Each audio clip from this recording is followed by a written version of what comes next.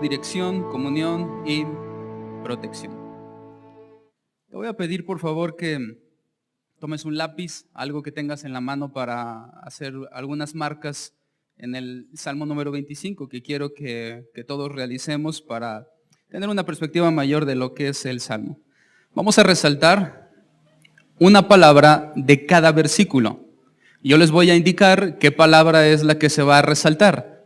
De manera que cuando yo diga la primera palabra, tú la vas a buscar en el versículo número 1. Cuando yo diga la siguiente palabra, ¿en qué versículo la vas a buscar? En el 2. La tercera palabra, en el 3, y así sucesivamente hasta el versículo 22. De manera que cuando terminemos, en tu Biblia podrás observar 22 palabras marcadas. ¿De acuerdo? Comenzamos. A ti, Dios, ciertamente, verso 4, caminos, encamíname, acuérdate, pecados, verso 8, bueno, encaminará, todas, nombre, ¿quién? Verso 12, él, comunión, ojos, verso 16, mírame, angustias, mira, verso 19 también, mira, guarda, integridad y redime. 22 palabras. Voy a repetirlas nuevamente un poco más rápido para aquellos que faltaron alguna. Eso fue muy rápido, perdón, ok. Verso 1. A ti, Dios, ciertamente, caminos, encamíname, acuérdate en el verso 6, pecados, verso 7, bueno, encaminará, todas, verso 11 es nombre, ¿quién? Él, verso 14, comunión, luego ojos, mírame, angustias. En el verso 18 y en el 19 es la misma palabra, mira. Luego en el verso 20, guarda, integridad y finalmente, redime. ¿Ahora sí? Ok. Este salmo número 25 es un acróstico hebreo. Un acróstico hebreo, en este caso, tiene una construcción conforme al alfabeto hebreo. Eso significa que cada una de las palabras que tú marcaste, si pudiéramos verlo en una traducción en hebreo, y si supiéramos hebreo, podrías identificar fácilmente que cada una de las de las palabras, conforme vamos avanzando en cada uno de los pasajes, inicia con una de las letras del alfabeto hebreo. Para entenderlo mejor, en nuestro alfabeto sería el versículo 1 comienza con A, el versículo 2 la palabra comienza con B, en el versículo 3 comienza con C, y así sucesivamente, de manera que cuando tienes los 22, puedes reconocer todo el alfabeto hebreo desde la primera letra hasta la última. Eso, de alguna forma, era también una manera de poesía, una manera muy compleja de poesía. Hay quien dicen que el objetivo de Dios de por qué inspirar a un hombre a escribir mediante un acróstico donde está todo el alfabeto hebreo y que cada palabra comience con una de las letras hasta terminar todas, tenía que ver con que la enseñanza de esa porción habla de una totalidad, es decir, que no hay nada que se quedó fuera, sino que todo lo que quiso hablar Dios está dentro de eso, hablando del tema respectivo que se está tratando. Cuando vemos un acróstico como de este tipo, la situación para aquel que viene a estudiar el Salmo se vuelve difícil, porque el objetivo del Salmo se transfiere no tanto al contenido, y no porque el contenido no sea importante, sino a la estructura del contenido, sino más bien a la señalización de cada una de esas palabras. Eso significa que en este salmo tenemos 22 cosas importantísimas que Dios quiere que nosotros sepamos. Pero como el objetivo de Dios es transmitirnos esas 22 cosas importantes, todas son importantes y no podemos menospreciar ninguna. Eso convierte a este Salmo 25 en un salmo de sabiduría, algo muy parecido al libro de Proverbios. Y si todos hemos leído el libro de Proverbios, sabemos que ese libro es un compendio de dichos, que en ocasiones el dicho de un versículo no tiene nada que ver con el siguiente dicho, sino que forma parte de un todo, pero no necesariamente es un tema consecutivo, como por ejemplo fue el Salmo 24 o el Salmo 23, sino que el 25 es más como un compendio de 22 dichos que Dios quiere transmitirnos, resaltando su importancia usando un acróstico del alfabeto hebreo. O sea, algo increíble para nosotros. Y que además de la amplitud que tiene poética, además sea la palabra de Dios inspirada, pues eso lo hace todavía más asombroso. Así que en ese sentido, bueno, yo me di a la ardua y difícil tarea de poder identificar 3 grupos de ideas. 3 grupos de ideas en los cuales clasificaremos este salmo. Por lo tanto, vamos a hacer otra división en el texto, ¿de acuerdo? Esta división va a ser para poder encontrar visualmente cada una de estas partes que yo les he mencionado. Así que vuelve a tomar tu lapicero, tu color, y vas a hacer una línea horizontal que va a dividir porciones, y la primera línea que vas a dividir va a ser entre el versículo 3 y el versículo 4. Allí traza una línea entre el verso 3 y el verso 4. La segunda línea la vas a trazar entre el versículo 10 y el versículo 11. Allí vas a poner otra línea horizontal. Y finalmente, la última división la vas a colocar entre el versículo 18 y el versículo 19. En medio de esas 2 palabras que se repiten, allí vas a colocar otra línea horizontal. A una perspectiva amplia, cuando nosotros vemos el Salmo, entonces encontramos 4 porciones diferentes. Es decir, esas 3 líneas identifican 4 porciones. ¿Sí las alcanzas a ubicar? La primera porción te queda entonces del verso 1 al verso 3, la segunda porción del verso 4 al verso 10, la tercera porción del verso 11 al 18 y la última porción te queda del versículo 19 al 22. Ok. ¿Por qué lo dividimos así? Bueno, porque en la primera parte nosotros tenemos una especie de introducción que va a condicionar todo el contenido de las otras 3. Y en las otras 3 divisiones tenemos el encabezado del título de nuestra enseñanza, que es dirección, comunión y protección. Es decir, que esas 3 porciones que quedan después de la introducción nos hablan acerca de dirección, la tercera nos habla de comunión y la última porción nos habla acerca de protección. De allí yo tomé literal para el título de esta enseñanza. Por eso la enseñanza se llama dirección, comunión y protección, porque es lo que nos enseña David por medio de este salmo. Así que vayamos a la primera porción, que es introducción. Ya lo dividimos, lo vemos en una perspectiva más amplia, ya está visualmente representado, entonces lo vamos a poder entender de mejor manera. La introducción, versículo 1 al 3. A ti, oh Jehová, levantaré mi alma. Dios mío, en ti confío, no sea yo avergonzado. No se alegren de mí mis enemigos. Ciertamente ninguno de cuantos esperan en ti será confundido. Serán avergonzados los que se rebelan sin causa. Esta es una especie de introducción que David coloca al inicio del Salmo. ¿Por qué funcionan como una introducción? Bueno, porque de hecho, las otras 3 partes, David las da como un hecho, como una realidad, una vez que tú tienes esta primera. Para que David pudiera tener en su vida dirección, comunión y protección de Dios, primero debía de confiar en Dios.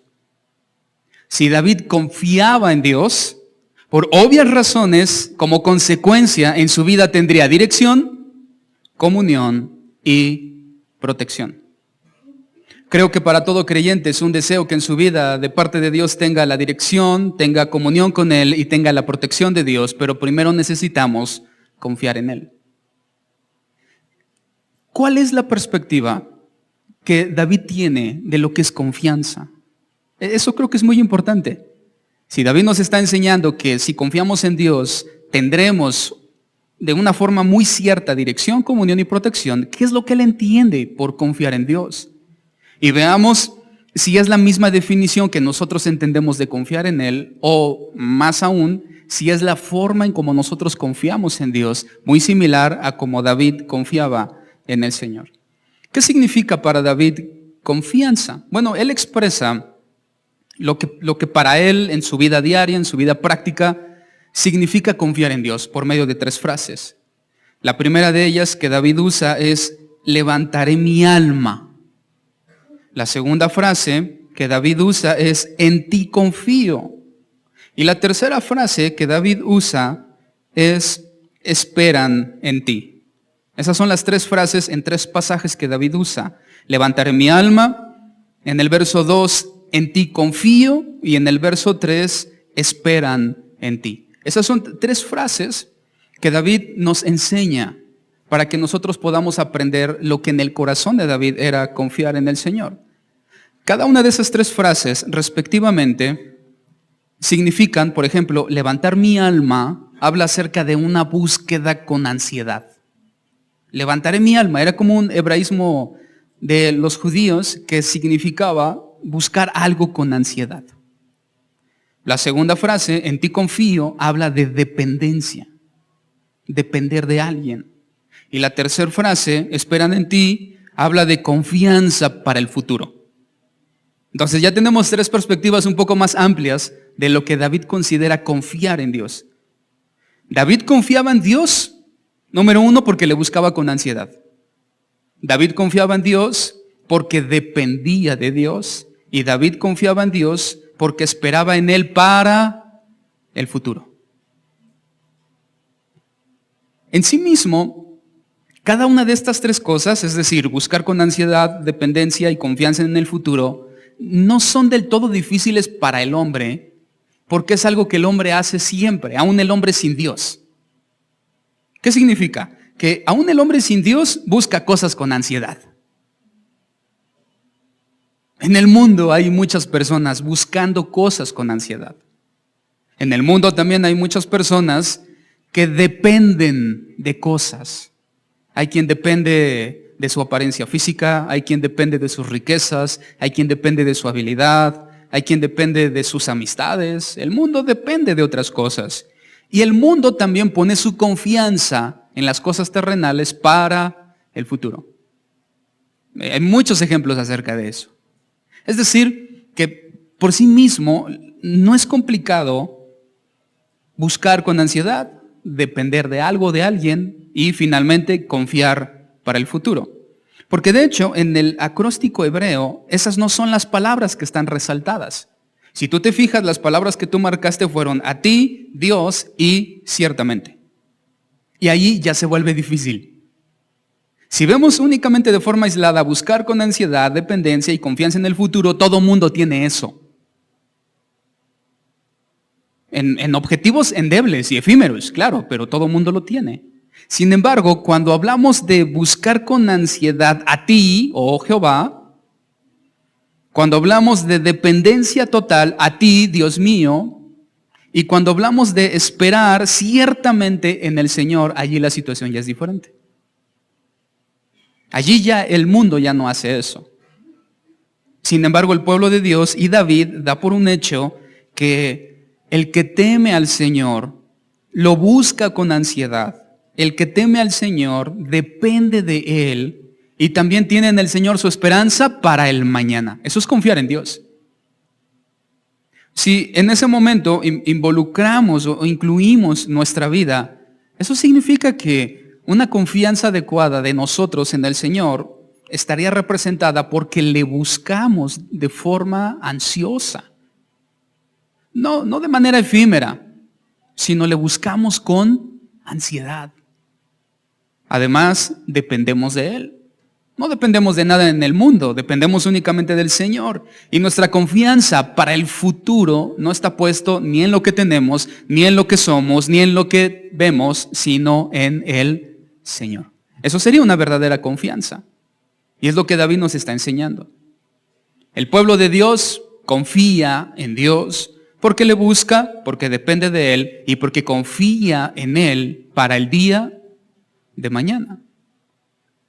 ¿En qué está puesta tu confianza para mañana? Tendría que ser en el Señor. ¿De qué dependes tú? ¿De qué depende tu felicidad? ¿De qué depende tu paz? Tendría que ser del Señor. ¿Qué es lo que buscas con ansiedad? ¿En qué estás pensando hoy? ¿O qué estás pensando obtener mañana? ¿Qué esfuerzo estás planeando ansiosamente para lograr qué? Y todas esas respuestas tendrían que tener como objetivo a Dios, su voluntad, su palabra, su evangelio y su reino. Eso sería confiar en Él plenamente. Cualquier otra cosa que tú consideres como confiar en Dios que no se adapte a eso, eso no es confianza. Eso no es confianza. David da por un hecho, el pueblo de Dios confía en el Señor y como confía en el Señor obtendrá como consecuencia las tres cosas siguientes o las tres grupos de palabras siguientes. ¿Cuál es el primero de ellos? Dirección. Tú escucha la promesa con anticipación. Si tú buscas con ansiedad a Dios, si tú dependes de Dios y confías en Él para el futuro, Dios te va a guiar. Pero si tú quieres que Dios te guíe y no haces lo anterior, no confías en Él, no habrá guianza. Versículo 4 al 10. Muéstrame, oh Jehová, tus caminos. Enséñame tus sendas. Encamíname en tu verdad y enséñame. Porque tú eres el Dios de mi salvación. En ti he esperado todo el día. Acuérdate, oh Jehová, de tus piedades y de tus misericordias que son perpetuas. De los pecados de mi juventud y de mis rebeliones no te acuerdes. Conforme a tu misericordia, mejor acuérdate de mí. Por tu bondad, oh Jehová. Porque bueno y recto es Jehová. Por tanto, Él enseñará a los pecadores el camino. Encaminará a los humildes por el juicio y enseñará a los mansos su carrera. Todas las sendas de Jehová son misericordia y verdad para los que guardan su pacto y sus testimonios.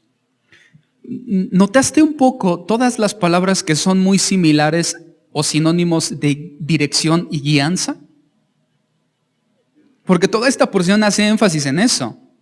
Mira, si recorremos otra vez desde el verso 4, tratando de hacer un poco de énfasis en todas las palabras que tienen que ver con guiar, con dirigir, con un camino. Escucha, David dice caminos, luego menciona sendas, luego dice encamíname, luego en el verso 6 dice acuérdate, en el verso 7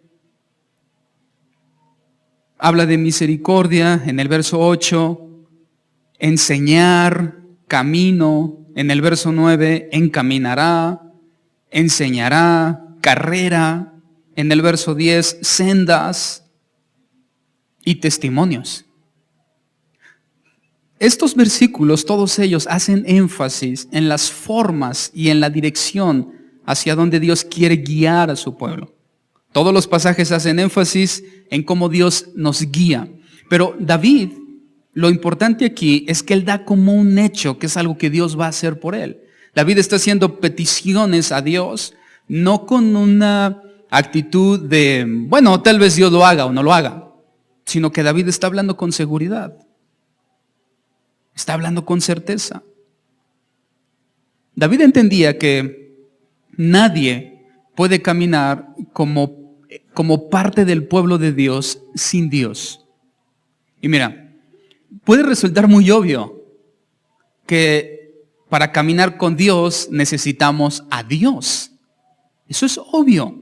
Pero, sin en cambio, en el ejemplo bíblico, en este caso del pueblo de Israel, nosotros vemos cómo ellos muchas veces quisieron caminar con Dios sin Dios. Y ese ejemplo lo vemos todo el tiempo. Dios les decía algo y ellos querían hacerlo, pero sin tomar en cuenta a Dios. Querían hacerlo a su manera. Dios les decía, búsquenme, y ellos en lugar de buscar a Dios, iban detrás o debajo de árboles frondosos, en lo alto de los montes, y buscaban a otros dioses.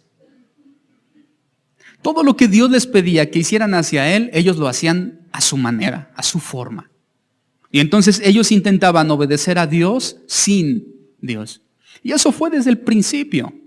Desde que Dios los sacó de la tierra de Egipto y los llevó por el desierto, en un momento muy breve en el cual su líder, Moisés, se ausenta por un breve tiempo, el pueblo hizo un desastre.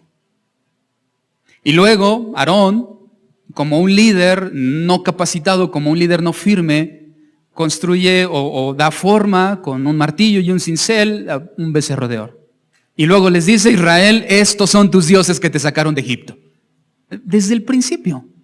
No aguantaron ni 48 horas. Y ellos comenzaron, por la tendencia de su corazón, a querer caminar con Dios, pero sin Dios, a su manera.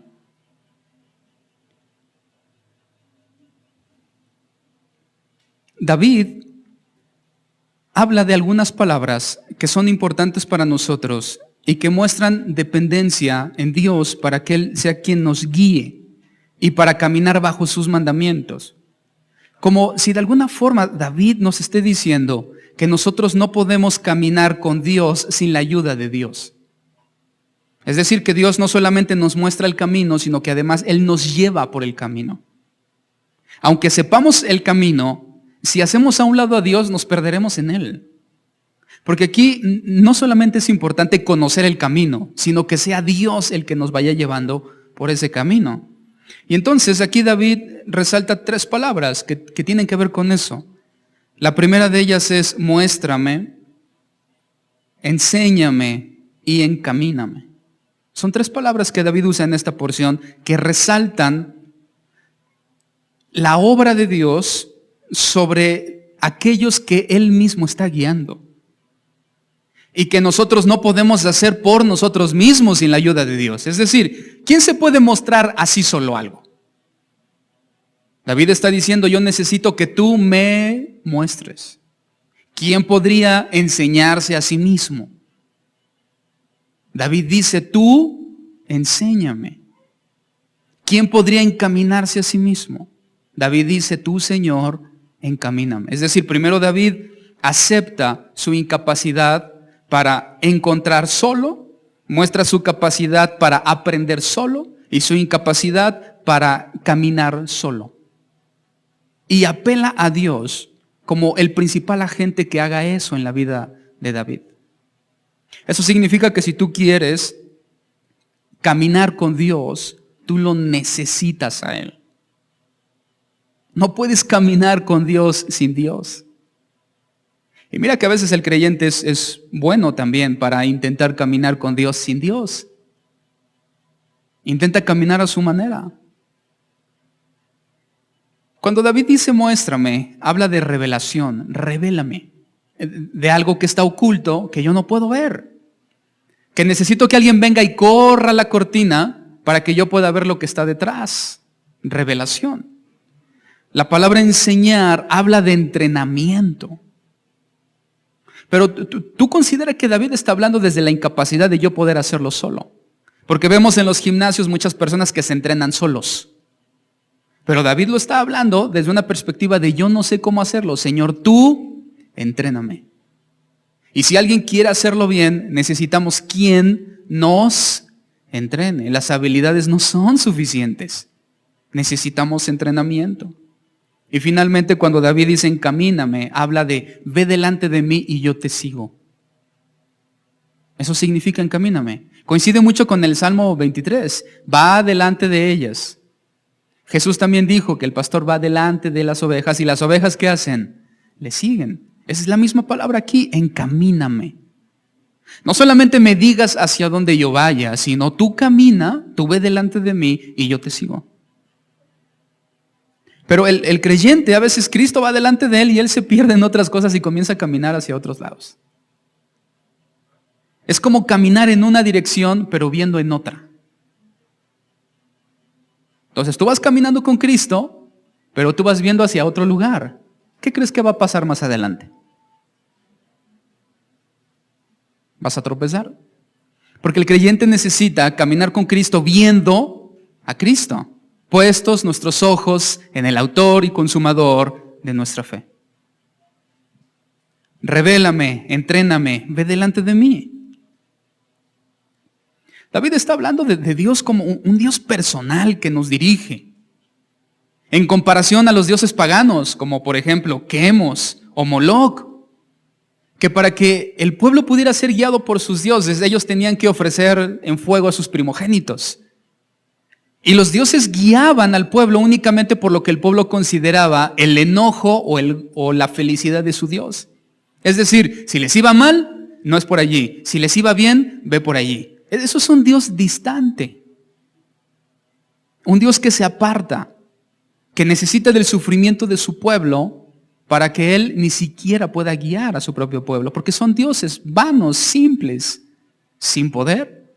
Pero cuando vemos a Dios, Dios se coloca delante de su pueblo y va para que su pueblo le siga. Es un Dios que se revela y es un Dios que enseña, es un Dios personal. Es un Dios que baja para mostrarnos el camino. Es una gran diferencia. Las tres palabras que David usa al mismo tiempo son palabras de una expresión tiernas de cercanía y familiaridad. Cuando David dice, muéstrame, enséñame y encamíname, no está hablando a alguien externo, sino está hablando a alguien que es cercano a David. Está hablando en palabras de intimidad. Está hablando con alguien a quien conoce.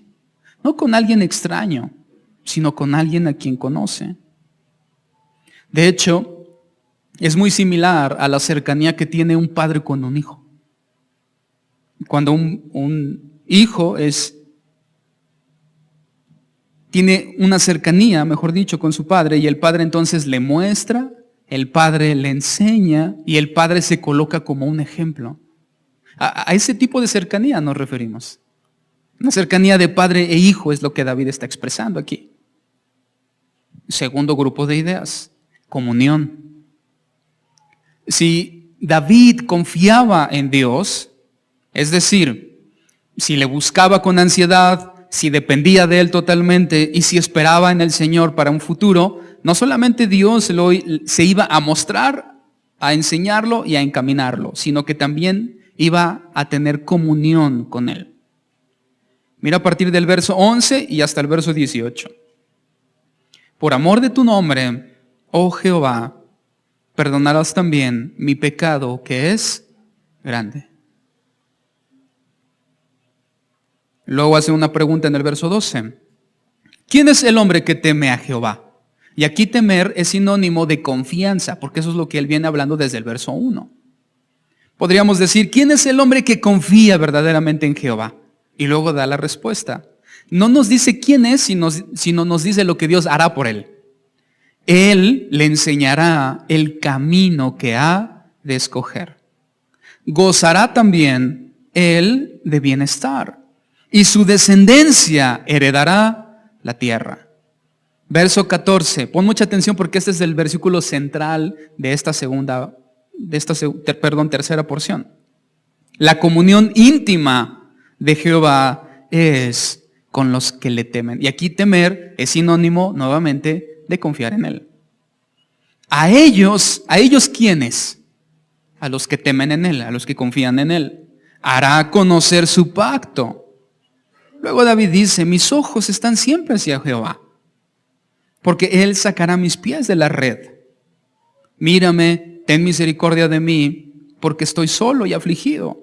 Las angustias de mi corazón se han aumentado. Sácame de mis congojas. Mira mi aflicción y mi trabajo y perdona todos mis pecados. El punto central de esta porción es el versículo 14. La comunión íntima. No cualquier tipo de comunión. ¿Qué tipo de comunión? Íntima de Jehová es con los que le temen.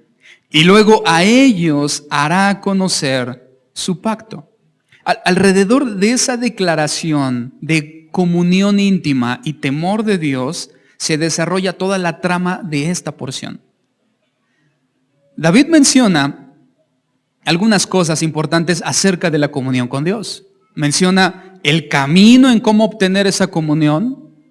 Menciona también los beneficios de tener comunión con Dios. y también menciona la forma en cómo esa comunión se pierde. Esas son cosas valiosas que David nos enseña en esta porción, que todo gira en torno a tener comunión con Dios. ¿Cuál es el camino para llegar a la comunión con Dios? Allí lo dice. ¿Cuál es la respuesta?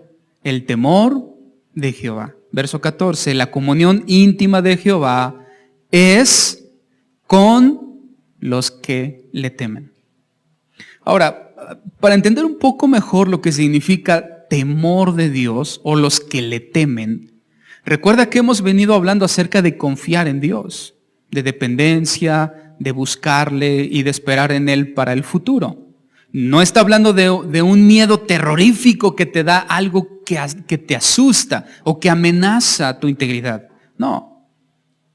Más bien está hablando del temor que le tiene un niño a su padre. Pero no el miedo que tuvimos a nuestros padres cuando tú veías que Él se acercaba dispuesto a disciplinarte. Allí sí todos tenemos miedo. Pero no se refiere a ese tipo de miedo, sino se refiere al temor que es parte de la vida diaria en la relación de un padre con su hijo. Sobre todo con un hijo pequeño. Con un hijo pequeño que está en una posición de dependencia, en la cual su papá es como una especie de héroe, como un modelo a imitar, y él quiere hacer todo como el papá. Quiere peinarse como él, incluso hasta se rasura como él. Hace todo como el papá. Quiere comer en el lugar del papá, quiere usar la taza del papá. Él quiere ser como su padre, está pequeño. ¿Por qué? Porque ve a su papá como una figura de seguridad, una figura digna de imitar. Y ese niño tiene temor del papá. Pero ¿temor en qué sentido? Temor de no hacer lo suficiente para agradarle, o temor de no parecerse a él. A ese tipo de temor hablamos. Del temor en el que un niño pequeño tiene un gran respeto y amor por su padre. Quiere ser como él, por lo tanto lo respeta y lo ama. Y entonces ese niño no quiere hacer nada que ofenda a su padre, sino lo único que ese niño quiere hacer es complacer a su padre en todo lo que él le pida, porque quiere ser como él.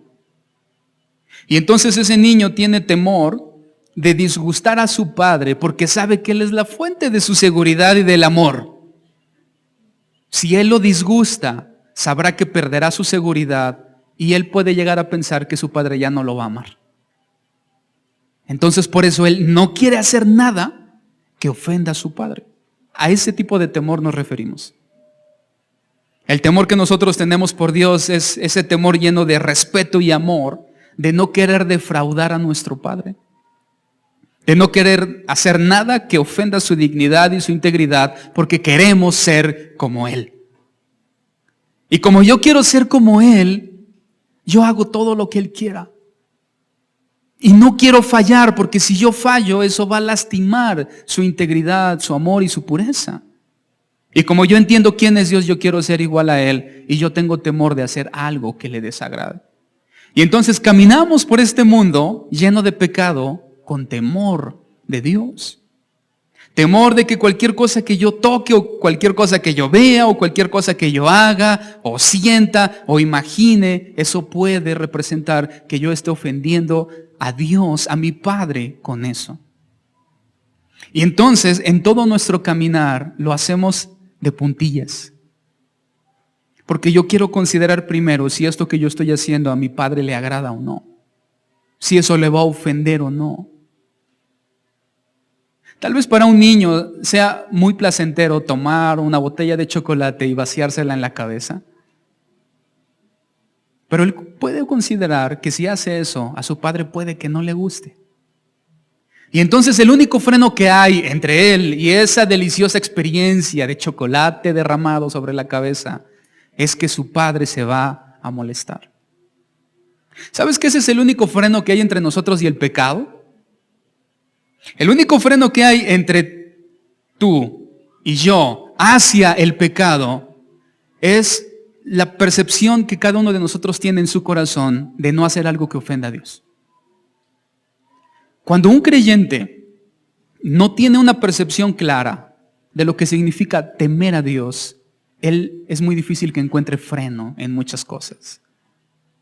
Lo único que nos va a frenar de una vida desenfrenada es considerar que nuestro actuar va a lastimar a un Padre que es santo y amoroso. Eso es lo único que nos va a detener. Ese es el tipo de temor que está hablando aquí David.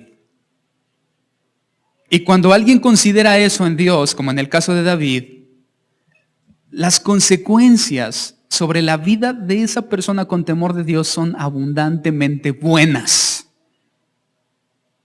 La primera de ellas y más importante es que tendrá comunión con Dios.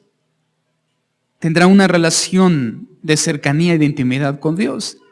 Que además, eso ya es bueno, eso ya es una gran bendición, pero aparte de eso, hay algunas otras bendiciones que pueden verse palpables en nuestra vida. Por ejemplo, David menciona gozo. Eso significa que el gozo no es un objetivo en sí mismo, sino una consecuencia de tener temor de Dios. Bienestar.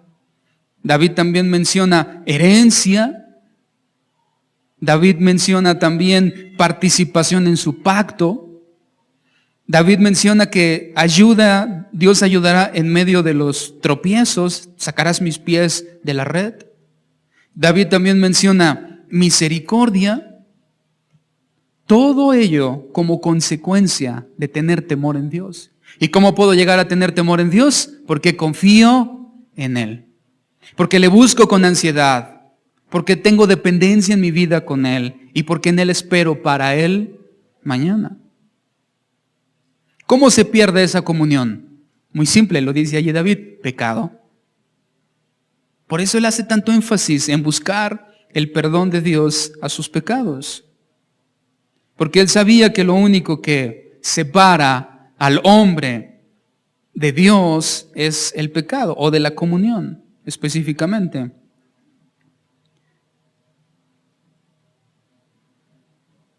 Por amor de tu nombre, oh Jehová, perdonarás también mi pecado que es grande. Él no podía acercarse a Dios con su pecado, él tenía que buscar primero ser perdonado de él para que pudiera tener acceso a una comunión con Dios y a una intimidad con Él. Podemos pasar entonces a la última parte, que es protección. Hasta este punto, David nos ha enseñado que si nosotros confiamos plenamente en Dios y le buscamos con ansiedad, y número 2, esperamos en Él para el futuro y dependemos de Él, tendremos como resultado dirección, número 2, comunión, y número 3 también, protección. Esas tres cosas las necesitamos, hermanos. ¿Cuántos necesitan dirección de Dios? ¿Cuántos necesitan comunión con Él? ¿Y protección? Necesitamos protección. Necesitamos protección porque hay amenazas. Y si hay amenazas, necesitamos protección. Pero recuerda que el hombre no puede protegerse por sí solo. David lo enseña. Necesita que Dios sea quien le proteja. Verso 19. Mira mis enemigos cómo se han multiplicado. Mira mis enemigos cómo se han multiplicado. Y con odio violento me aborrecen. Y luego David dice en el verso 20, guarda mi alma y líbrame. No sea yo avergonzado porque en ti confié. Esa frase de no sea yo avergonzado es que en el encuentro con los enemigos se haga evidente que la confianza de David en Dios no sirvió de nada. A eso se refiere con no sea yo avergonzado. Señor, que mis enemigos no demuestren que poner mi fe en ti fue un error. Verso 21. Integridad y rectitud me guarden. Fíjate que él no pidió un ejército espiritual de ángeles con bazucas super espirituales. ¿Qué fue lo que pidió David para que fuera su protección? Integridad y rectitud me guarden. ¿Por qué? Porque en ti he esperado. ¿Qué fue lo que dijo al principio? Yo espero en Dios para el futuro. Verso 22, termina con una especie de lamento petición. Redime, oh Dios, a Israel de todas sus angustias. Todas esas situaciones provocadas por sus enemigos. ¿Cuál será una de las razones? Porque en la vida de David, sus enemigos aumentaron. El libro de Eclesiastés, una de las cosas que nos enseña es que cuando una persona prospera y crece, despierta la envidia de otros. Eso significa, y si vamos un poco en la misma línea, que los enemigos de David aumentaron porque Dios comenzó a usar la vida de David. Y ahí es cuando comenzamos a hacernos de enemistades. En el momento que decidimos caminar con Dios, nos hacemos de muchas enemistades, la mayoría de ellas espirituales. Pero aceptamos adentrarnos en un camino de enemistad constante. Por eso necesitamos a Dios. Y entre más nosotros, entre más tú, entre más la iglesia, el pueblo de Dios, le busque con ansiedad, dependa de Él y espere en Él para el futuro, nuestros enemigos se multiplicarán. Necesitamos a Dios para vivir de una forma correcta, porque como los enemigos se multiplican, necesitamos que Él nos proteja. Con odio violento me aborrecen. Por eso David dice, Señor, guarda mi alma y líbrame, no sea yo avergonzado, porque en ti confié. David conocía perfectamente el ataque y el sufrimiento que provoca el ataque de esos enemigos. Si algo vemos nosotros a lo largo de la vida de David, es que él tuvo muchos enemigos. Hubo mucha gente que lo odió. Hubo mucha gente que lo odió por obedecer a Dios. Porque él no se puso por rey sobre Israel solo. ¿Quién fue el que lo ungió? El profeta Samuel. ¿Y por qué el profeta Samuel lo ungió? Porque Dios lo mandó. Entonces, ¿quién colocó a David como rey? Dios. Y cuando Él coloca a David como rey, Él tiene que hacer a un lado a Saúl. Porque el pueblo fue quien eligió a Saúl. Y cuando David acepta ser rey y él comienza a entender que la voluntad de Dios para él era que fuera rey y él camina hacia esa voluntad, él comienza a hacerse de enemigos. Y cuando Dios desecha a Saúl, todos los de la familia de Benjamín, o la gran mayoría, odiaban a David. Y para eso tienes el ejemplo de un hombre llamado Simei, que cuando ve a David sufriendo por cosas que David había hecho mal, no por obedecer a Dios, sino porque David había hecho lo erróneo delante de Dios, su hijo Absalón viene, lo persigue, nosotros sabemos toda esa historia, y dice la palabra de Dios que David huye subiendo la cuesta para llegar al desierto. Y que cuando él va cabizbajo subiendo la cuesta, abandonado, solo, habiendo perdido todo por causa de su hijo, de su propia rebelión, dice que del otro lado de una pendiente, de una zanja, sale Simei. Y comienza a hacer burla de David, diciéndole, hombre perverso y asesino, tienes lo que te mereces. Y comenzó a lanzar tierra, a romper sus vestiduras, a ofender y a maldecir a David. Maldito seas por lo que tú le hiciste a Saúl. Qué bueno, lo que estás enfrentando, Dios te pagó por andar metiéndote donde no debes. Y lo ofendía y ofendía. Pero lo único que había hecho David era obedecer a Dios. Porque David no había hecho a un lado a Saúl. ¿Quién lo había hecho a un lado? Dios. ¿Qué significa? Que cuando nosotros decidimos obedecer a Dios, necesitamos su protección, porque nos metemos en tierra y en caminos peligrosos. Nos metimos en lugares donde nuestra seguridad está en riesgo y necesitamos a Dios. Necesitamos su protección. Obedecer a Dios, seguir a Dios no es fácil. Necesitamos que Él nos proteja. De ninguna manera David rogó por algo simple en su vida como la eliminación del peligro y ya, sino que David ruega por ser guardado y librado. David no dice, Señor, elimina, mata a todos mis enemigos y que yo pueda vivir en paz. Sino David le dice, guárdame y líbrame de ellos. Aquí guardar, me llamó mucho la atención esa palabra porque significa levantar un cerco de protección para evitar que algo o alguien sea lastimado. Tal vez algunas veces has visto al ir por la calle o en algún jardín que alrededor de un árbol o de una plantita que está recién creciendo, alguien le colocó un cerco para que los animales o alguien o algún niño despistado no camine encima de esa plantita y la mate. Y entonces alguien le creó un cerco de protección, evitando que por su vulnerabilidad alguien pueda venir y lastimarlo. Eso significa la palabra allí guardar. David le está diciendo a Dios: Señor, levanta un cerco de protección a mi alrededor para que no sea yo lastimado al hacer tu voluntad. Y mira que Dios es bueno, porque a veces no consideramos que Dios nos protege todo el tiempo. Y muchas veces nos protege de peligros y de situaciones o de enemigos que tú ni siquiera sabes. Y eso hace a Dios más hermoso de lo que ya es. Porque nosotros damos gracias cuando somos librados del peligro y vemos venir el peligro. Si tú ves que viene un autobús hacia ti y una persona se lanza, te derriba y te salva de la muerte, tú te levantas y dices: gracias, hombre, me salvaste. Puedo llegar con mi familia, abrazar a mis hijos porque tú me salvaste, gracias. Y puedes verlo, estrechar su mano, darle un abrazo y agradecer, porque tú viste cómo Él te libró de un daño en tu vida.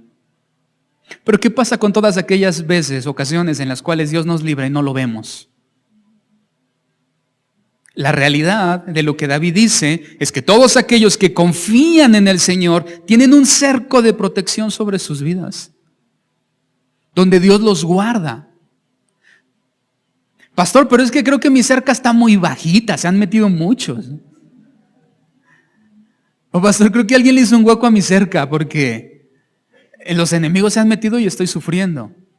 Bueno, pero eso no significa que Dios ha dejado de protegerte. Eso no significa eso.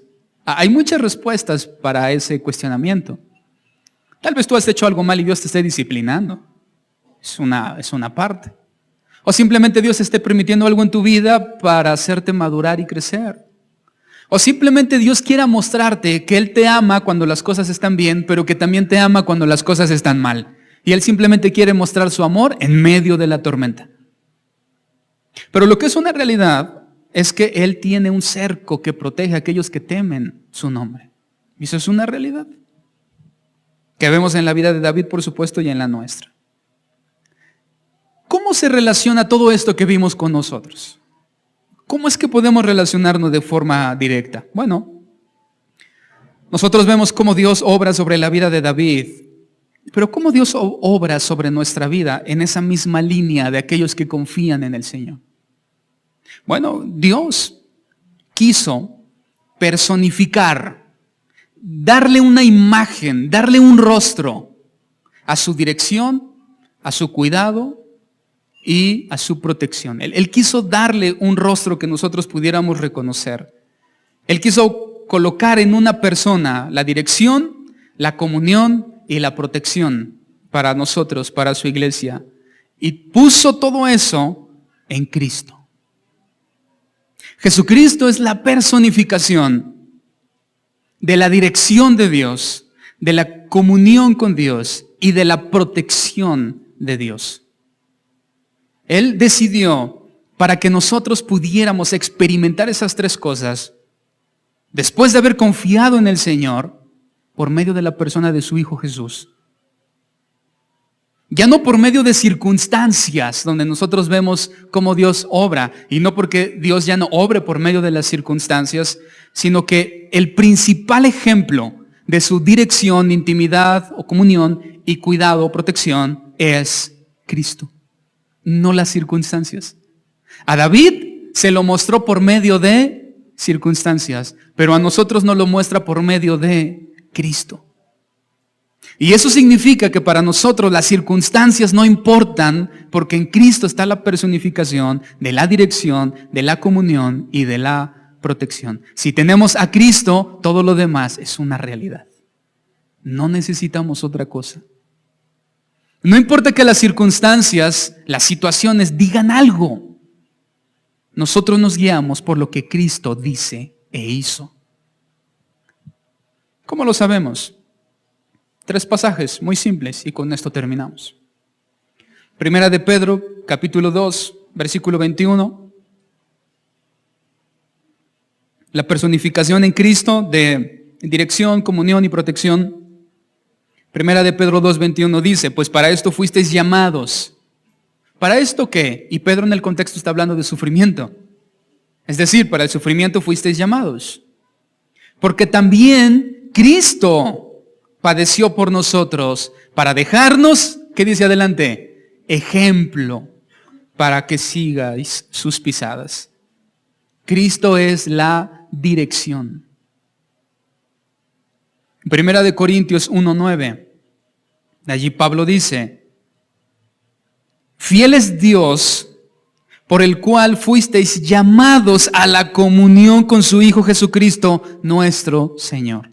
Fiel es Dios por el cual fuisteis llamados a la comunión con su Hijo Jesucristo, nuestro Señor. ¿Por quién tenemos comunión con el Padre?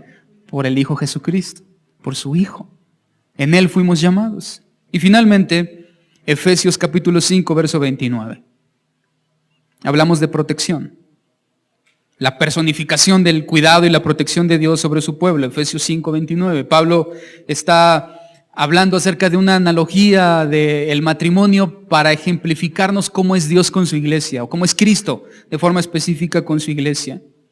Y allí dice, porque nadie aborreció jamás a su propia carne, para hablar cómo el esposo debe de cuidar a la esposa, sino que la sustenta y la cuida, como también Cristo hace eso mismo con su iglesia. Es decir, que la imagen que tenemos no es la de un esposo que ama a su esposa y de esa forma Cristo ama a su iglesia. No, es al revés. De la forma en como Cristo ama a su iglesia, así el esposo debe de amar a su esposa. Es decir, que el modelo a imitar no es que entendamos el amor de un esposo por su esposa, sino entender el amor de Cristo por su iglesia. ¿Y cómo entendemos el amor que Cristo tiene por su iglesia? ¿Qué es lo que hace por ella? 2 cosas, la sustenta y la cuida. Así que vemos en Cristo la personificación del cuidado de Dios para nuestras vidas. Dios quiso ir más allá de situaciones, de experiencias, de vivencias, de situaciones, circunstancias, y puso todo eso en su Hijo Jesús, para que no hubiera duda en ti y en mí de que Él nos dirige, de que Él tiene y quiere tener comunión con nosotros y de que Él nos protege. Para que las circunstancias no engañen nuestra mente y no entorpezcan nuestra fe. Porque Dios no hace eso por medio de las circunstancias. Hizo eso por medio de su Hijo Jesucristo. Así que podemos confiar en Él sin temor a ser defraudados. Si David estaba seguro que la confianza en Dios, porque él veía en las circunstancias que era ciertísima y verdadera, imagina nosotros que vemos esa confianza reflejada en la personificación de Cristo. ¿Cómo dudar de algo así, hermano? No se puede. Así que bien podemos confiar en Él sin temor a ser defraudados. O sea, que un día seamos avergonzados y que nuestra fe no haya servido de nada. Eso nunca va a pasar.